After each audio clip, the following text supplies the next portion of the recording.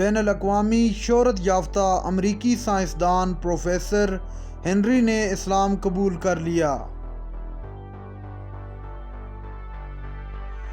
ناظرین اکرام، جیسا کہ آپ جانتے ہیں، سروے کے مطابق اسلام دنیا میں سب سے تیزی سے پھیلنے والا مذہب بن کر سامنے آیا ہے۔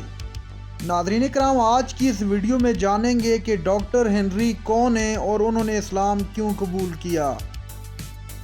ناظرین اکرام، رپورٹ کے مطابق doctor Henry stem cell medicine میں دنیا کا سب سے بڑا نام ہے اور ڈاکٹر ہنری کو دنیا کے ممتاز سائنسدانوں میں شمار کیا جاتا ہے۔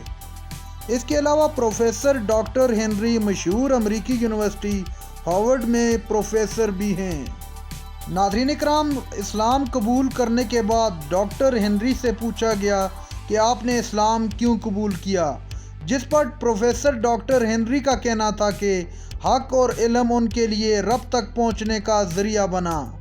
ناظرین اکرام، ڈاکٹر ہنری کا کہنا تھا کہ میں کافی عرصے سے سچ کی تلاش میں تھا اور بالآخر میں سچ تک پہنچ گیا۔ ناظرین اکرام، معروف سائنسدان موروثی نابینا پن کے علاج کے لیے اسٹیم سیل دوا کے موجد بھی ہیں، جسے حال ہی میں امریکی فوڈ اینڈ ڈرگ ایڈمنسٹریشن سے تیسرے اور آخری مرحلے میں جانچ کے لیے منظور کر لیا گیا ہے۔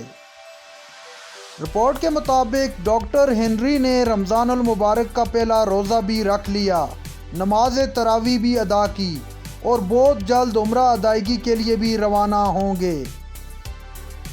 بین الاقوامی شہرت یافتہ امریکی سائنسدان پروفیسر ہنری کا نام ڈاکٹر احمد حسن بطل نے عبدالحق رکھا ہے، کیونکہ حق اور علم ان کے لیے رب تک پہنچنے کا ذریعہ بنا، اس لیے انہوں نے اپنا نام بھی عبدالحق رکھا ہے۔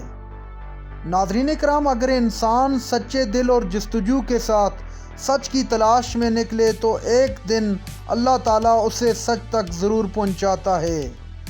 دعائے رب کریم سے کہ ہمیں صحیح معنوں میں اسلام پر چلنے اور اس پر عمل کرنے کی توفیق عطا فرمائے، آمین۔